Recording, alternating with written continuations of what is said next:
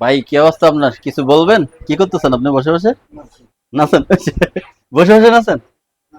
ভাই হচ্ছে প্রফেশনাল আপনার এই যে কি বলা যায় মোবাইল সেট আপ, তারপর এই যে ভাই এখানে আছে মাসুম ভাই, ওই যে মোবাইল সার্ভিসিং করতেছে। চোখের মধ্যে কি গলায় দিছে না, চোখ ওই জায়গায় গলায় দিছে মাইক্রো এক্সকোভার।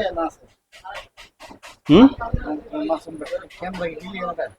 ভাই এটা 5K রেজুলেশন, এটা 5K রেজুলেশন, এটা আপনার অনলাইন রিভিউ ভালো, অনেক ভালো। এটা দেখেই তো নিছে, রিভিউ দেখে। কোনো সমস্যা নেই এখন। সমস্যা আমার পকেটে। কথা বুঝেন নাই?